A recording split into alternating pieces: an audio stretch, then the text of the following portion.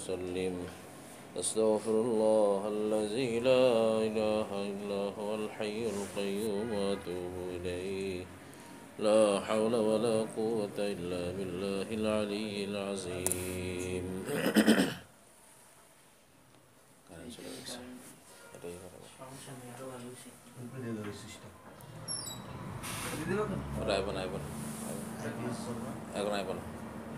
Market বন্ধ তো, মার্কেটের থেকে নেই।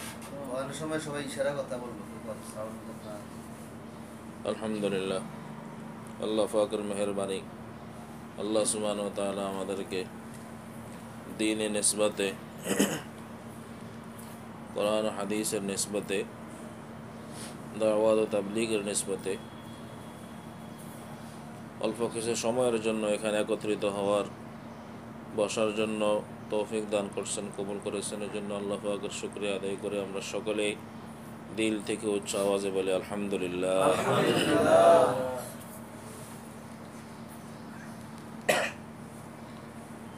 হযরত আলী রাদিয়াল্লাহু তাআলা আনহু একদিন ফজরের পরে মসজিদে নববী থেকে ঘরে গেলেন, বাসায় গেলেন। গিয়ে দেখেন ওনার স্ত্রী হযরতে ফাতেমা রাদিয়াল্লাহু তাআলা আনহা ঘরের সমস্ত কাজ গোছায় নিতেছেন।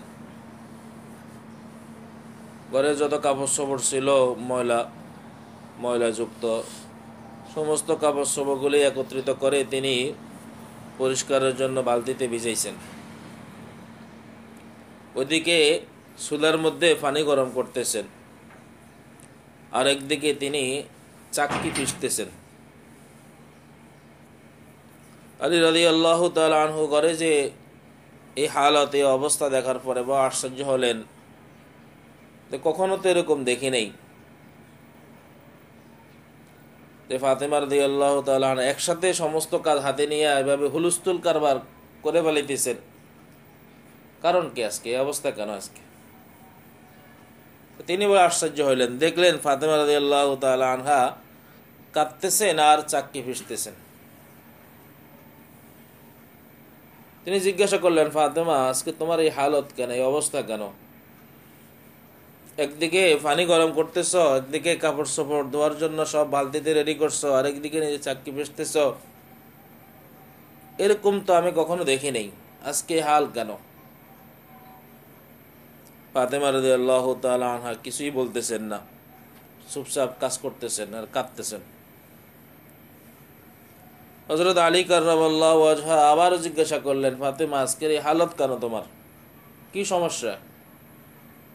আমি তো অন্যান্য দিনও ঘরে আসি, কিন্তু এরকম হালত তো দেখি না, এত ব্যস্ততা তো দেখি না তোমার মধ্যে, কি কারণ?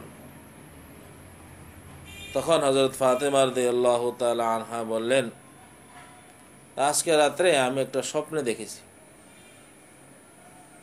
স্বপ্নে আমি আমার আব্বাজান নবীজি মুহাম্মদুর রাসূলুল্লাহ সাল্লাল্লাহু আলাইহি ওয়াসাল্লামকে দেখলাম, তিনি কাউকে খুঁজতেছেন, তালাশ করতেছেন।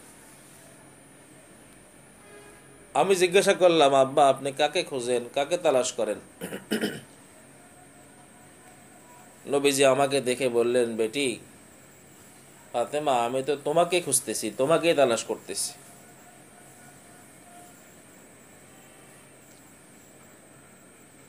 এরপরে নবীজি আমাকে বললেন, ফাতেমা, তুমি তোমার কাজ গুছিয়ে নাও, আজকের পরেই তুমি তোমার মাওলার সাথে সাক্ষাৎ করবে। আজকের দিনের পরেই তুমি তোমার মাওলার সাথে সাক্ষাৎ করবে। এই কথা বলে হযরত ফাতেমা রাদিয়াল্লাহু তাআলা আনহা আবার কান্না আরম্ভ করলেন এবং নিজের কাজে ব্যস্ত হয়ে গেলেন। তিনি আবার চাক্কি পিষতে আরম্ভ করলেন। আলী রাদিয়াল্লাহু তাআলা আনহু কথা শোনার পরে বলে আশ্চর্য হয়ে গেলেন, হতভম্ব হয়ে গেলেন, ফাতেমা কি বলে? তিনিও কেঁদে দিলেন, বললেন, ফাতেমা, তুমি কি সংবাদ আমাকে শোনাইলা? নবীজি ইন্তেকাল করেছেন 6 মাস যেতে না যেতেই এখন তোমার ইন্তেকালের সংবাদ। আমরা কিভাবে সহ্য করব? আমরা কিভাবে থাকব? হযরত ফাতেমা রাদিয়াল্লাহু তাআলা আনহা বললেন যে নবীজির ইন্তেকালের পরে আপনারা যেভাবে সবর করেছেন, যেভাবে ধৈর্য ধারণ করেছেন, নিজেকে সংবরণ করেছেন, আমার ইন্তেকালের পরেও ওইভাবে সবর করবেন, ওইভাবে ধৈর্য ধারণ করবেন, ওইভাবেই নিজেকে সংবরণ করবেন। হযরত আলী রাদিয়াল্লাহু তাআলা আনহু ফাতেমাকে উঠিয়ে দিলেন, ফাতেমা না, আজকে আর তোমাকে কাজ করতে হবে না, তুমি উঠো। ফাতেমা বললেন, না, আজকের দিনটা আমাকে একটু কাজ করতে দিন, আজকের পরে আর আপনাদের কোনো খেদমত করার সুযোগ আমার থাকবে না, অতএব বিদায়ের দিন আমাকে শেষবারের মতো কিছু কাজ করে যেতে দিন, আপনাদের কিছু খেদমত করতে দিন। হযরত আলী রাদিয়াল্লাহু তাআলা আনহু বললেন, না ফাতেমা, আজকে আর তোমাকে কোনো কাজ করতে হবে না, তুমি উঠো। ফাতেমা বললেন, না, আমি চাই না আমার ইন্তেকালের পরে কারো কাছে হাত পাততে হয়, কাজের জন্য অন্য লোককে আবার ধার করে আনতে হয়। আমি চাই সমস্ত কাজগুলি আমি করে দিয়ে যাই, আজকে রান্না বান্না যা আছে আমি করে দিয়ে যাই, কাপড় চোপড়গুলো আমি ধুয়ে দিয়ে যাই, ঘর পরিষ্কার আমি করে দিয়ে যাই। আলী রাদিয়াল্লাহু তাআলা আনহু এক প্রকার জোর করে ওনাকে উঠাইয়া দিলেন যে না, তোমাকে কোনো কাজই করতে হবে না আজকে। দুজন করে বসে বসে কাঁদতেছেন। এর মধ্যে হযরত হাসান, হযরত হুসাইন রাদিয়াল্লাহু তাআলা আনহুমা দুই ভাই আসলো দৌড়াইয়া। তারা আসি দেখে একদিকে মা কান্দে আর একদিকে বাবা কান্দে, একবার মায়ের দিকে তাকায় থাকে আর একবার বাবার দিকে তাকায় থাকে, কেউ কিছু বলতেছে না, কিছু বলে না। দুই নাবালেগ সন্তান, তারা মার দিকে তাকায় জিজ্ঞাসা করে, মা তুমি কেন কাঁদো? হযরত ফাতেমা কোনো উত্তর দেয় না। বাবা আলীর দিকে তাকায় বলে, বাবা তুমি কেন কাঁদো? হযরত আলীও কোনো উত্তর দেয় না। শেষ পর্যন্ত হযরত ফাতেমা ইশারা দিলেন, তোমাদের নানার কবরে তোমরা জিয়ারত করে আসো যাও। মুখে কিছু বলেন নেই, শুধু বললেন, যাও নানার কবর জিয়ারত করে আসো। দুই ভাই মায়ের আদেশ পাওয়ার পরে নানার কবরে, নবীজির কবরে চলে গেলেন। রওজা পাকে যাওয়ার পরে রওজা পাক থেকে আওয়াজ আসতেছে, ও আমার নাতিদয় হাসান হুসাইন, আজকে আমার কবর জিয়ারত নয়, আজকে তোমার মায়ের নুরানি চেহারা জিয়ারত করো। তোমাদের মা আজকেই দুনিয়াতে আখেরি দিন হিসাবে বেঁচে থাকবেন, এরপরে এই মাকে আর তোমরা পাবে না, অতএব এখন এখানে নাও, মায়ের কাছে চলে যাও। সুবহানাল্লাহ। হাদিস শরীফে রাসূল আকরাম সাল্লাল্লাহু আলাইহি ওয়াসাল্লাম ইরশাদ করেন, কোন সন্তান যদি মায়ের চেহারার দিকে সুনজরে একবার তাকায়, তো রব্বুল আলামিন সাথে সাথে তাকে একটা কবুল হজের সওয়াব দিয়ে দেন। সুবহানাল্লাহ। মা মিন ওয়ালাদিন বারিন ইয়ানজুরু ইলা ওয়ালিদাইহি নজরাতা রাহমাতিন ইল্লা কাতাবাল্লাহু লাহু হাজ্জাতাম মাবরুরা। সাথে সাথে তাকে একটা কবুল হওয়া হজের সওয়াব দিয়ে দেওয়া হয় যদি মায়ের চেহারার দিকে সুনজরে তাকানো হয়।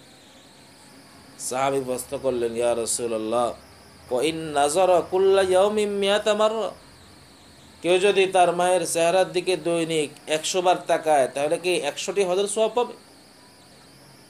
আল্লাহ রাসূল বললেন, নাম, আল্লাহু আকবার ওয়া আতিয়াব। 100 বার যদি কেউ তাকায়, তো আল্লাহ রাব্বুল আলামিন তাকেও 100টি হজের সওয়াব দান করবেন। শুধু এতটুকু নয়, বরং এর চেয়ে বেশিও যদি কেউ তাকায়, আল্লাহ পাক গরিব নন, আল্লাহ পাক ধনী, আরো বেশি তাকে দিতে পারেন। সুবহানাল্লাহ। মায়ের মর্যাদা ইসলামে কি পরিমাণ দেওয়া হয়েছে, অথচ আজকে সমাজে বহুত মানুষ নিজের মাকে মা বলে ডাক দেয় না, মা বলে ডাকে না। মায়ের সাথে জিদের কারণে মা বলে না অনেকে, গ্রাম দেশে অনেকে আবার মাকে বুড়ি বলে ডাক দেয়। বা আফসোসের বিষয়, আল্লাহ রাসূল সাল্লাল্লাহু আলাইহি ওয়াসাল্লাম মক্কা বিজয়ের দিন একজন কাফেরা মহিলাকে মা বলে ডাকতেছিলেন। আল্লাহ রাসূল সাল্লাল্লাহু আলাইহি ওয়াসাল্লাম মক্কা বিজয়ের দিন, মক্কা বিজয় হওয়ার পরে সাহাবীদেরকে বললেন, আমি একটু মক্কা শরীফটা একটু ঘুরে দেখি, দীর্ঘ 8 বছর পরে আমার মাতৃভূমিতে আমি আসলাম। মাতৃভূমির সাথে আল্লাহ রাসূলের কি পরিমাণ মহব্বত, কি পরিমাণ আন্তরিকতা আর মায়া ছিল, সেটা লম্বা ইতিহাস, ওইদিকে আমি যাব না। হযরত রাসূল আকরাম সাল্লাল্লাহু আলাইহি সাল্লাম বলেন, আমি একটু ঘুরে দেখি।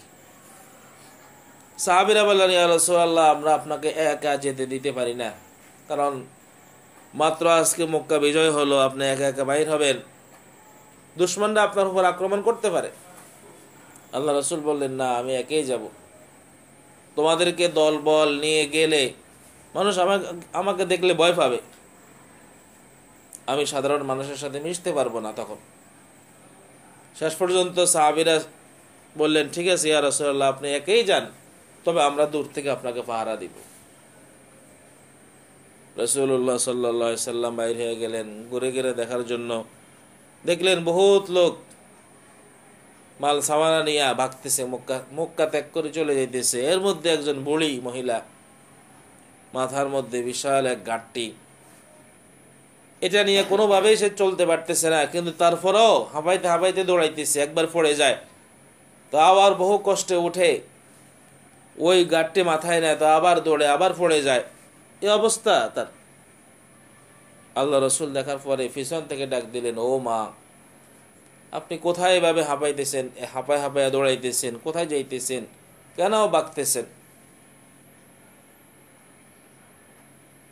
বলতেছে, আরে জানো না, স্বৈরাচারী মুহাম্মদ আসছে, মক্কা দখল করে ফেলেছে, তার ভয়ে আমরা পলায়ন করতেছি। তা আপনার আত্মীয় স্বজন কোথায়? তা আমার সমস্ত জালিম আত্মীয় স্বজন আমাকে রেখে সবাই আগে আগে চলে গেছে, আমি বুড়া মানুষ, এখন বহু কষ্টে এখন পার হইতেছি, যাইতেছি, ভয় পাইতেছি, না জানি মুহাম্মদের লোক পিছনের থেকে আসি আবার আক্রমণ করে বসে। হুজুর সাল্লাল্লাহু আলাইহি ওয়াসাল্লাম কিছুই বললেন না, বললেন, মা, আপনার বহুত কষ্ট হইতেছে, আপনার গাঁটটি না আমার মাথায় দিয়ে দেন,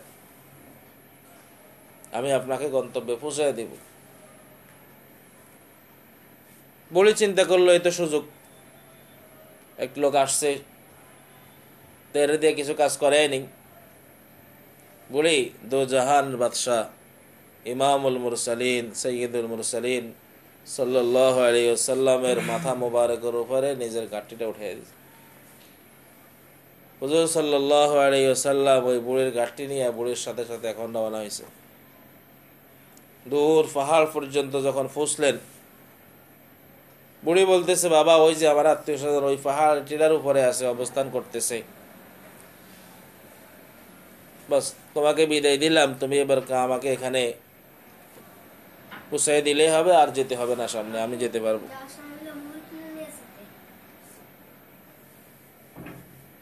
এবার হুজুর সাল্লাল্লাহু আলাইহি ওয়াসাল্লাম মাথার গাঁটটি নামিয়ে দিয়ে বুড়ির থেকে বিদায় নিয়ে চলে আসতেছেন। বুড়ি ডাক দিলেন, আচ্ছা বাবা, তুমি আমার এত বড় একটা উপকার করলা, আমার কোনো সন্তান আজকে আমার এই বিপদের মুহূর্তে আমার উপকারে কাজে আসে নাই, কোনো আত্মীয় স্বজন আমাকে আজকের এই বিপদের দিনে সাহায্য করে নাই, সবাই যার যার যান বাঁচানোর জন্য আগেই পলায়ন করছে, আগেই ভাগছে, অথচ এই বিপদের মুহূর্তে তুমি আমাকে এত বড় সাহায্য করলা। বাবা, তোমার নাম কি, তুমি কে, তোমার পরিচয় কি? হুজুর সাল্লাল্লাহু আলাইহি ওয়াসাল্লাম বললেন, মা, একটু আগে আপনি যাকে স্বৈরাচারী বলে গালি দিয়েছেন, একটু আগে আপনি যার কথা বলেছেন, যার ভয়ে আপনি কাঁপতেছেন এবং পলায়ন করতেছেন, আমি সেই স্বৈরাচারী মুহাম্মদ, আমি সেই ব্যক্তি যে আজকে মক্কা দখল করলাম, মক্কা বিজয় করলাম। সুবহানাল্লাহ। বুড়ি কথা শোনার পরে হুজুর সাল্লাল্লাহু আলাইহি ওয়াসাল্লামের চেহারার দিকে তাকিয়ে রইলেন। বুড়ির চোখ দিয়া টপ টপ করে পানি পড়তে আরম্ভ করলো। বুড়ি বললেন, ভাই, তুমি যদি মুহাম্মদ হয়ে থাকো, তাহলে তোমার ধর্ম গ্রহণ করতে, তোমার ইসলাম গ্রহণ করতে, মুসলমান হতে আমার এখন আর কোনো বাধা নাই, তুমি আর দেরি করিও না, এখনই আমাকে কালিমা পড়ায় মুসলমান বানায় দাও। সুবহানাল্লাহ। বুড়ি মুসলমান হয়ে গেলেন। কিসের বরকতে? একমাত্র আল্লাহ রাসূলের আখলাকের বরকতে। ওই মা কত মধুর একটা শব্দ। দো জাহানের বাদশাহ একজন কাফের মহিলাকে, কাফেরাকে পর্যন্ত মা বলে মধুর সেই শব্দে ডাক দিলেন। বিশ্বের যতগুলি দামি দামি বস্তু আছে, প্রত্যেক দামি এবং উন্নত বস্তুগুলি, এগুলি বলতে এবং লিখতে প্রথম অক্ষরটি ওই ম ব্যবহার হয়, মায়ের মটি ব্যবহার হয়। যেমন মসজিদ বলতে প্রথম অক্ষর ম, মিনারা বলতে প্রথম অক্ষর ম, মেহরাব বলতে প্রথম অক্ষর ম, মিম্বার বলতে প্রথম অক্ষর ম, মুসল্লি বলতে প্রথম অক্ষর ম, মুক্তাদি বলতে প্রথম অক্ষর ম, মাদ্রাসা বলতে প্রথম অক্ষর ম, মক্তব বলতে প্রথম অক্ষর ম, মুহাদ্দিস বলতে প্রথম অক্ষর ম, মুফাসসির বলতে প্রথম অক্ষর ম, মুবাল্লিগ বলতে প্রথম অক্ষর ম, মুদাররিস বলতে প্রথম অক্ষর ম, মক্কা বলতে প্রথম অক্ষর ম, মদিনা বলতে প্রথম অক্ষর ম, মিনা বলতে প্রথম অক্ষর ম, মুজদালিফা বলতে প্রথম অক্ষর ম, মায়ে জমজম বলতে প্রথম অক্ষর ম, মানুষ বলতে প্রথম অক্ষর ম, মন বলতে প্রথম অক্ষর ম, মস্তিষ্ক বলতে প্রথম অক্ষর ম। এভাবে পৃথিবীর যত উন্নত উন্নত বস্তু আছে সব কিছু বলতে প্রথম অক্ষর ম, শেষ পর্যন্ত আখিরি নবী মুহাম্মদুর রাসূলুল্লাহ সাল্লাল্লাহু আলাইহি সাল্লামের নাম মোবারক নিতেও প্রথম অক্ষর ম। সুবহানাল্লাহ। ওই দামি ম অক্ষর দিয়া মাকে ডাকা হয়, তো সব সে মা ডাকতে আমরা রাজি নাই, মাকে বলে বলি। অনেক সন্তান ডাক করে মাকে, মাও বলে ডাকে না, কথাই বলে না। তো যাই হোক, বলতেছিলাম মায়ের নজরে, মায়ের চেহারার দিকে সুনজরে একবার তাকাইলে আল্লাহ রাব্বুল আলামিন সাথে সাথে তাকে একটা কবুল হজের সওয়াব দান করেন। সুবহানাল্লাহ। এজন্য দুশ্মনের সাথে নয়, বরং মায়ের চেহারার দিকে যাদের মা জীবিত আছে তাদের জন্য বড় সৌভাগ্য হলো মা। যার মা নাই তো সে বোঝে মা কত দামি জিনিস। দুনিয়াতে মাকে কখনো কষ্ট দেওয়া যাবে না। মা সন্তানকে হাজারো গালি দিতে পারে, হাজারো রকম বকা দিতে পারে, মার অধিকার আছে। এই মা সন্তানের জন্য বহু কষ্ট করছে, বহু কষ্ট করছে এই মা সন্তানের জন্য। একটা সন্তান লালন পালন করা বহুত কষ্ট।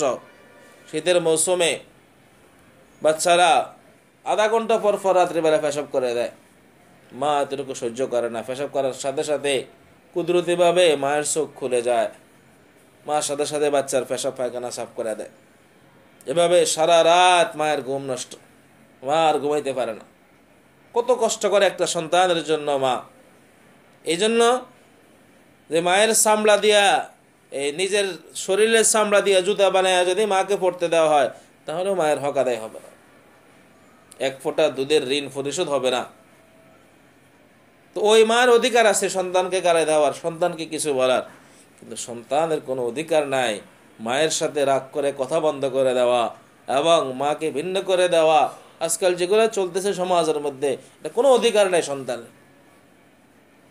মা যদি হাজারো ভুল করে তারপরেও সন্তান মাকে কিছু বলতে পারবে না, বরং মায়ের সাথে তার সুসম্পর্ক বজায় রেখেই চলতে হবে।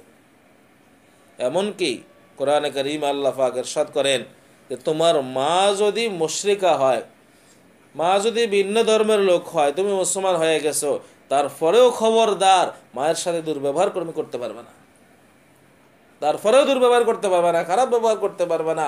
দুনিয়াতে যতদিন তোমার মা বেঁচে থাকবে তার সাথে তোমাকে ভালো ব্যবহার করেই যেতে হবে। যদি মা বিধর্মী হয় তাহলে এই হুকুম। তো কত মারাত্মক হুকুম মায়ের সাথে সদ্ব্যবহার। কোরআনে কারীম আল্লাহ পাকের ইবাদতের পরেই মা বাবার সাথে সদ্ব্যবহারের কথা বলছে। এজন্য এটাকে আমরা অবহেলা না করি, খুব গুরুত্বের সাথে দেখি।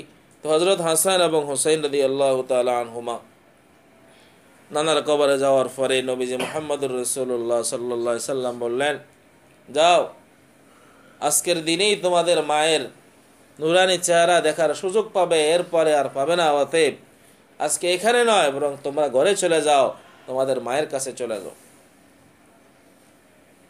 হযরত ফাতেমা রাদিয়াল্লাহু তাআলা আনহা আলী রাদিয়াল্লাহু তাআলা আনহুকে বললেন, আলী, মনে হয় সময় আমার আর বেশি বাকি নাই, আমাকে একটু শোয়াইয়া দেন। আলী রাদিয়াল্লাহু তাআলা আনহু শোয়াইয়া দিলেন। হযরত ফাতেমা বললেন, ও আলী, যাওয়ার আগে আমি আপনাকে কয়েকটি কথা বলি। আমার আব্বাজান নবী মুহাম্মদুর রাসূলুল্লাহ সাল্লাল্লাহু আলাইহি সাল্লাম আমাকে বলছেন, ফাতেমা, তুমি আজকে সেহরি আলীর সাথে খেয়েছো, ইনশাআল্লাহ ইফতার আমার সাথে খাইবা। সুবহানাল্লাহ। আলী রাদিয়াল্লাহু তাআলা আনহা ঘরেই তো সেদিন তিনি সেহরি খেয়েছিলেন, ওই দিন রোজাদার ছিলেন, রোজা অবস্থায় তিনি ছিলেন। তো তো নবীজি বলছেন যে ফাতেমা, তুমি আলীর দস্তরখানে আলীর সাথে আজকে সেহরি খাইছ, ইফতার ইনশাল্লাহ আমার দস্তরখানে আমার সাথে খাইবা। এর পরে হযরত ফাতেমা রাদিয়াল্লাহু তাআলা আনহা বললেন, আলী, নবীজি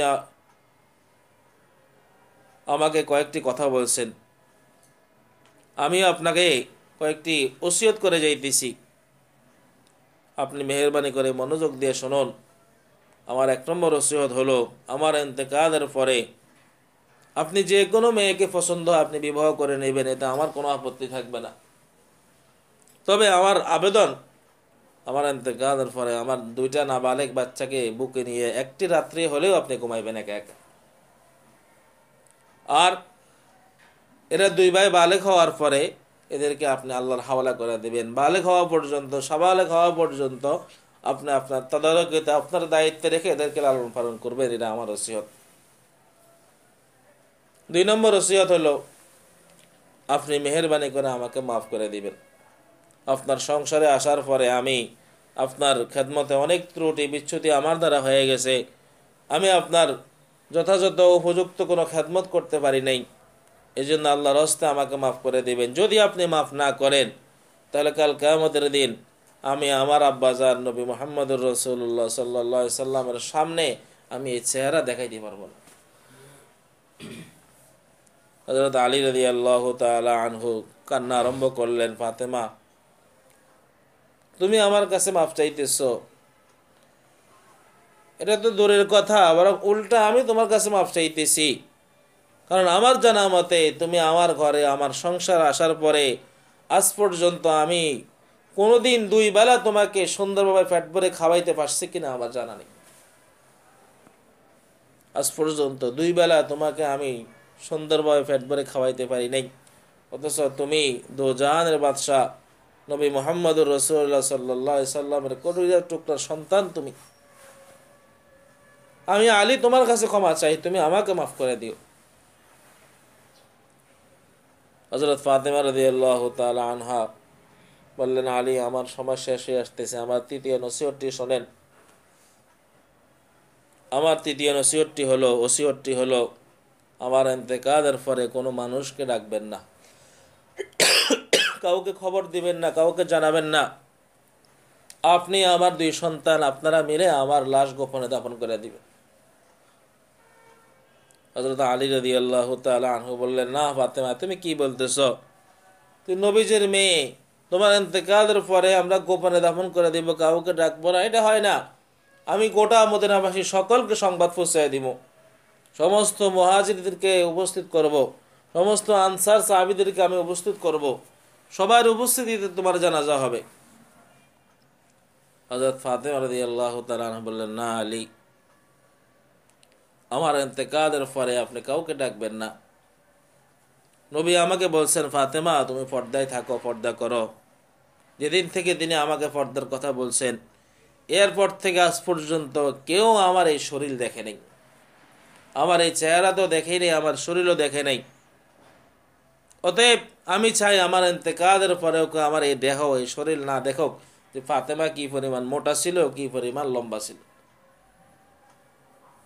এজন্য আমি চাইতেছি, অন্য কোনো কারণ না, আমি চাইতেছি এই কারণেই যে আমাকে আপনি গোপনে আপনারা দাফন করে দেন, কেউ যাতে আমার লাশও না দেখে। কি পরিমাণ পর্দাসীন ছিলেন হযরত ফাতেমা রাদিয়াল্লাহু তাআলা আনহা। যাই হোক, তিনি ইন্তেকাল করলেন।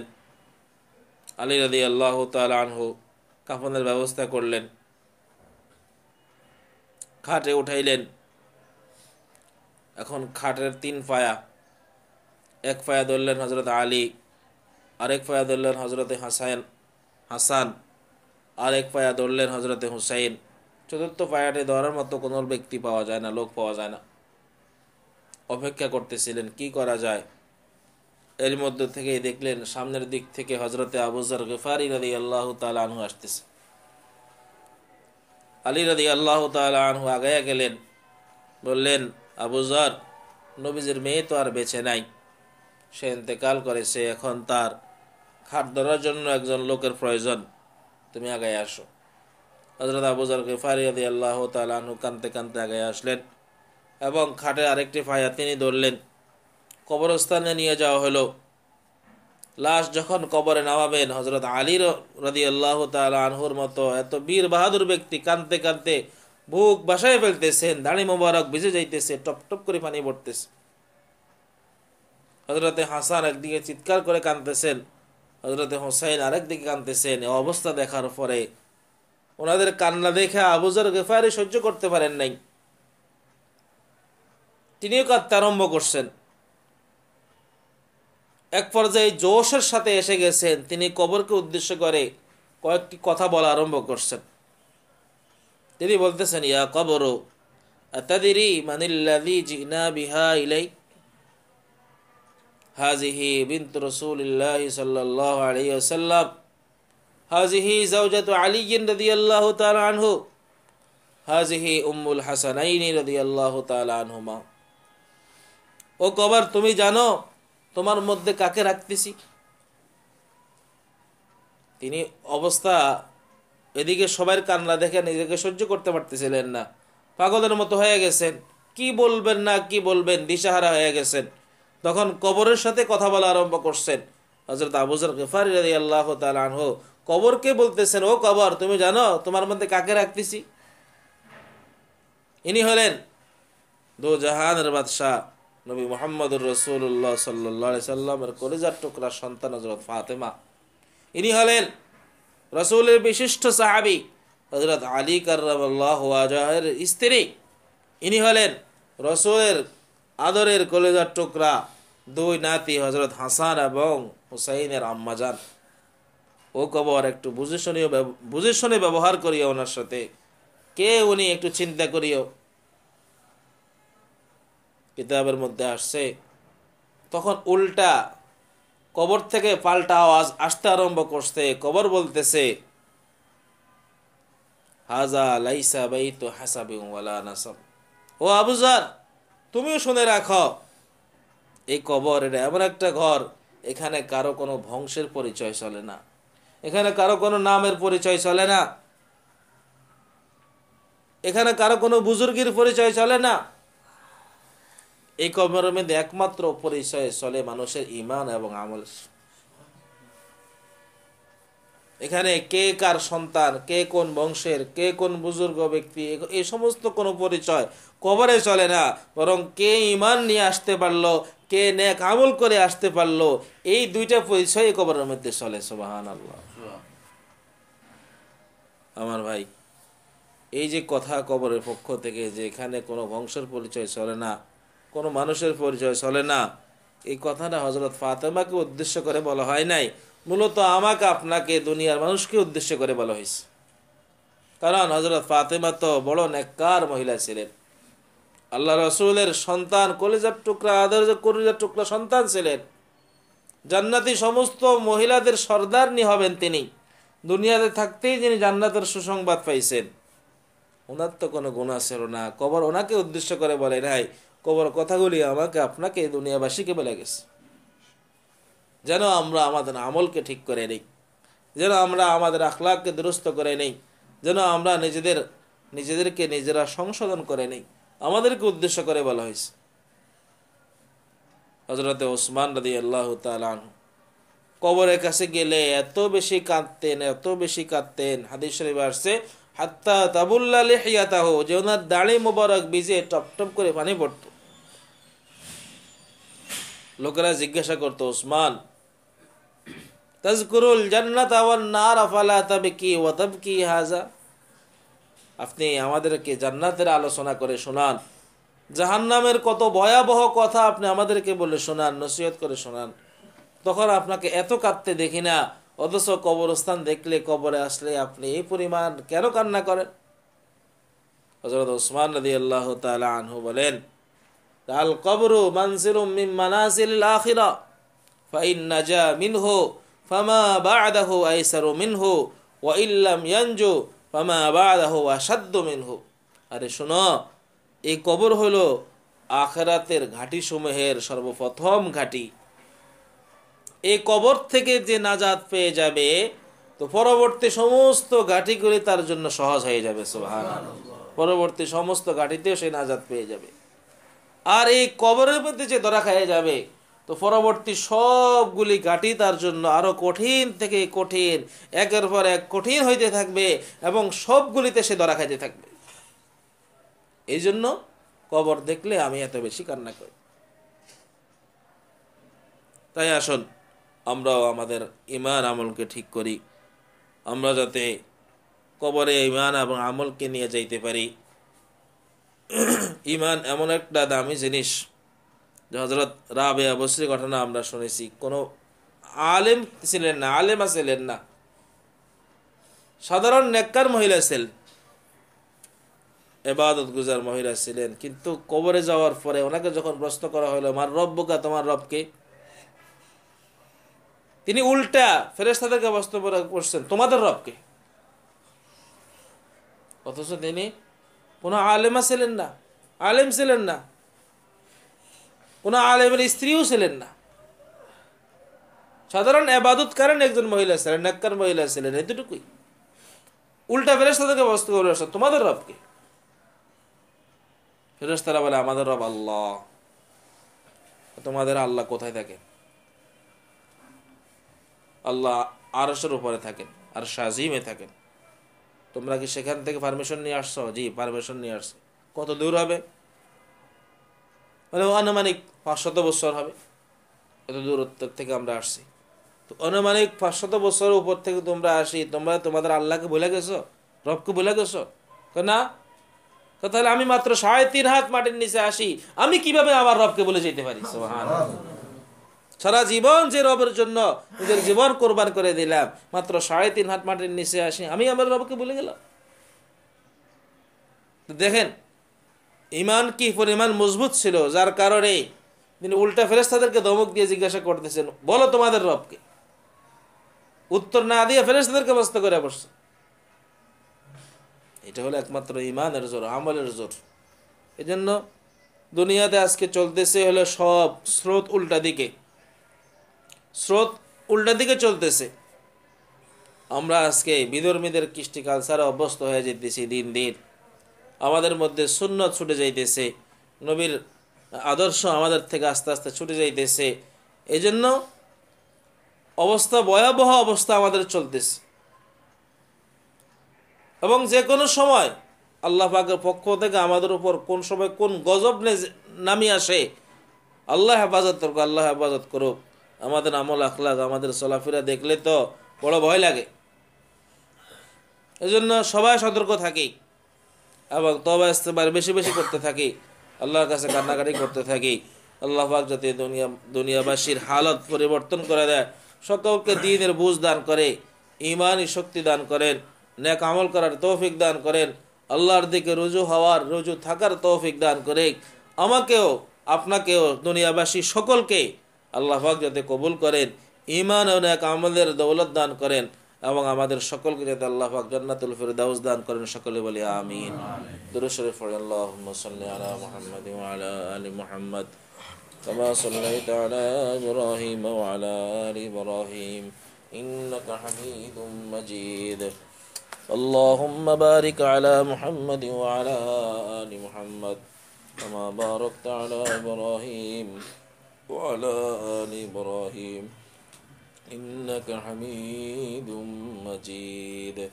الحمد لله رب العالمين، والصلاة والسلام على أشرف الأنبياء والمرسلين وعلى آله وأصحابه أجمعين. ربنا ظلمنا أنفسنا وإن لم تغفر لنا وترحمنا لنكونن من الخاسرين. ربنا آتنا في الدنيا حسنة وفي الآخرة حسنة وقنا عذاب النار. رب ارحمهما كما ربياني صغيرا.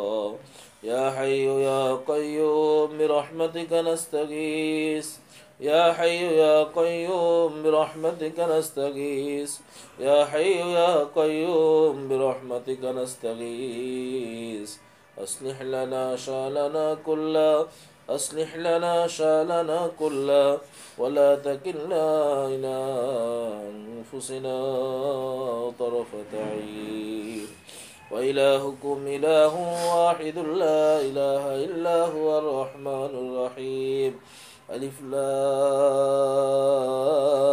ميم الله لا إله إلا هو الحي القيوم اللهم إني أسألك بأني أشهد أنت الله لا إله إلا أنت الأحد الصمد الذي لم يلد ولم يولد ولم يكن له كفوا أحد يا الله يا رحمن يا رحيم يا حفيظ لا إله إلا أنت سبحانك إني كنت من الظالمين لا إله إلا الله الحليم الكريم سبحان الله رب العرش العظيم الحمد لله رب العالمين نسألك موجبات رحمتك وعزائم مغفرتك والغنيمة من كل بر والسلامة من كل إثم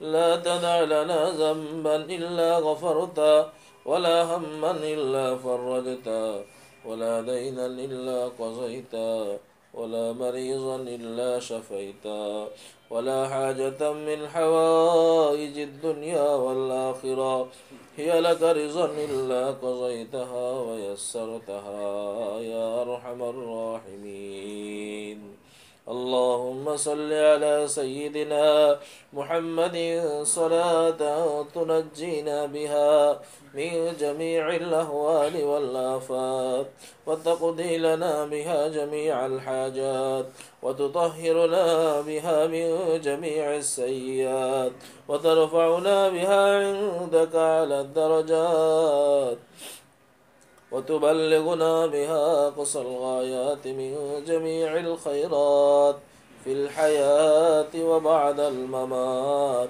إنك على كل شيء قدير اللهم يسر لنا أمورنا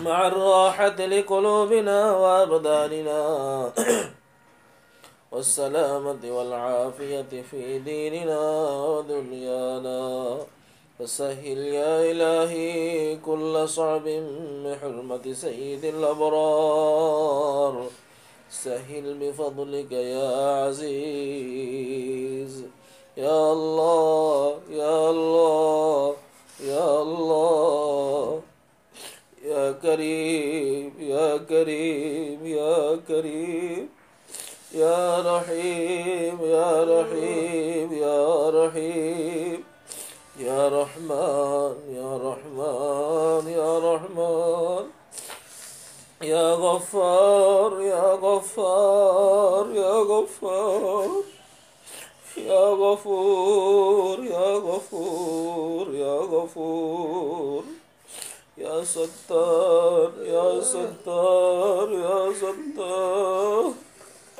يا ذا الجلال والإكرام يا ذا الجلال والإكرام يا ذا الجلال والإكرام يا ذا القوة المتين يا ذا القوة المتين يا ذا القوة المتين يا ذا الجود والكرم يا ذا الجود والكرم يا الله يا الله يا الله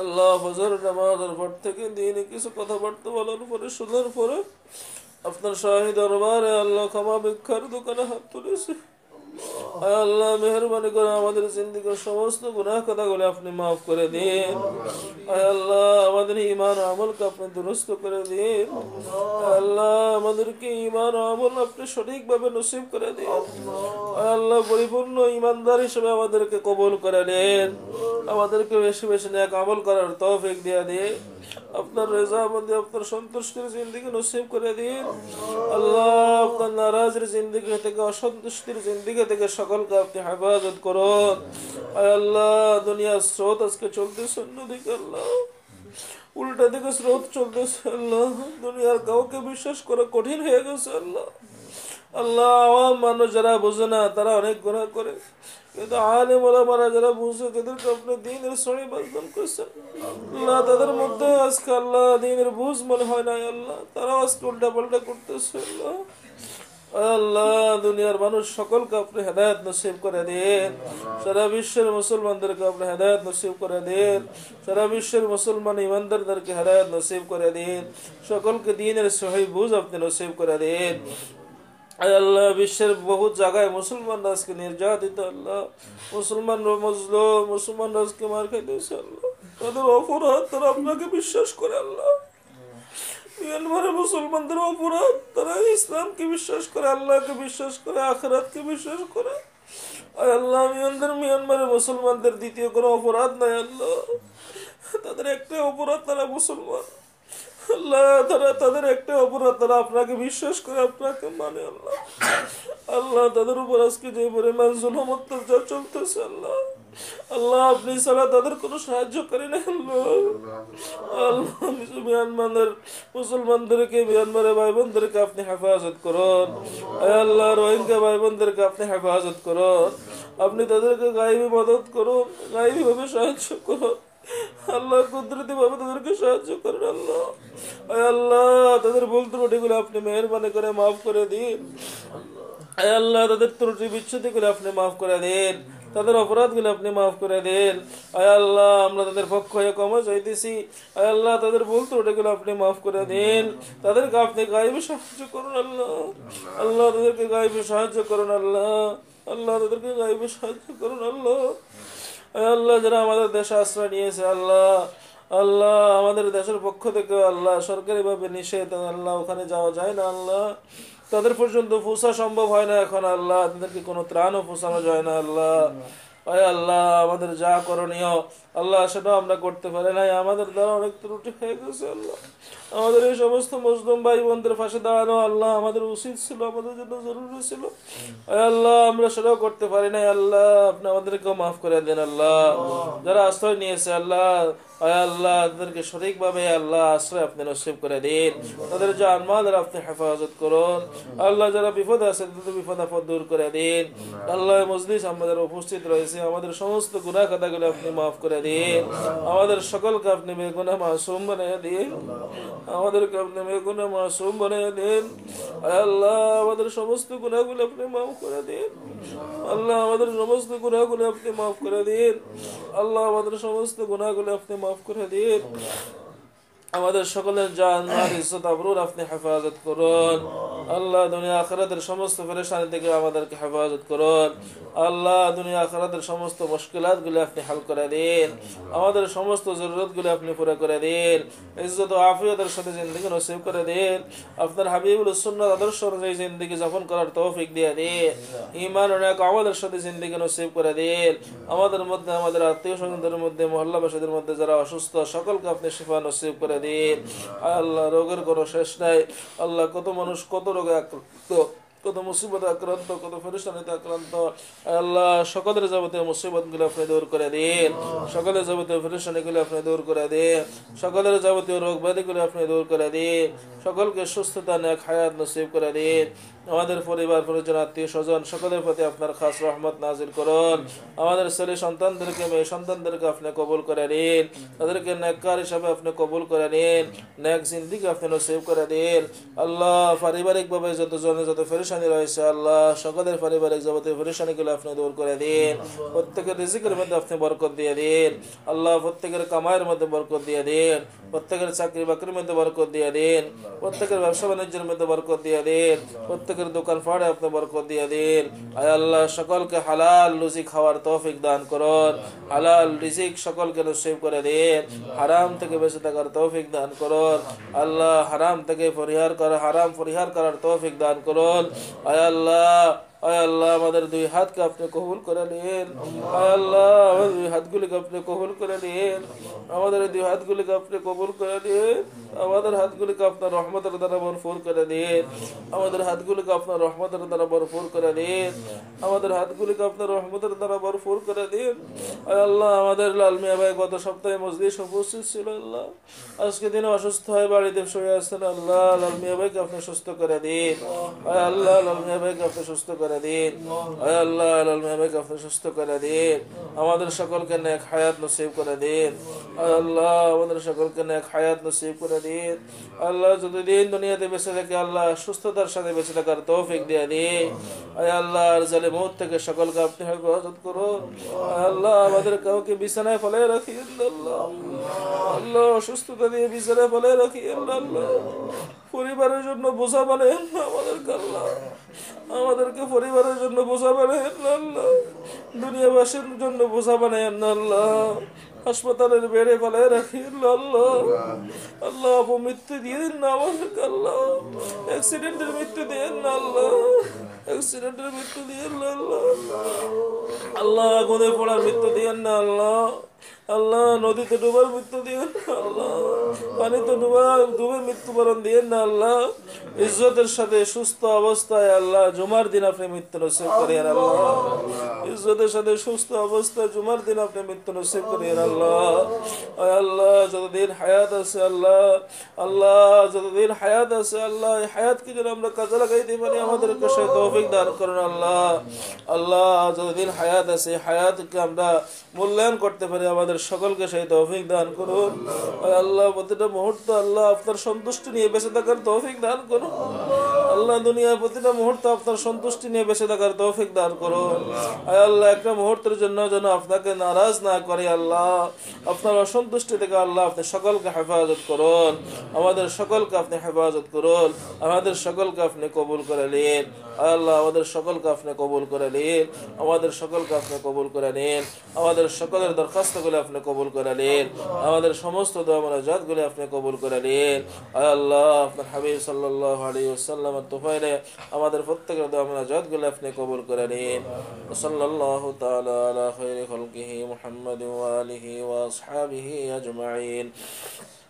সুবহান রাব্বিকা রাব্বিল ইজ্জাতি আম্মা ইয়াসিফুন ওয়া সালামুন আলাল মুরসালিন ওয়ালহামদুলিল্লাহি রাব্বিল আলামিন। آمين آمين آمين برحمتك يا أرحم الراحمين.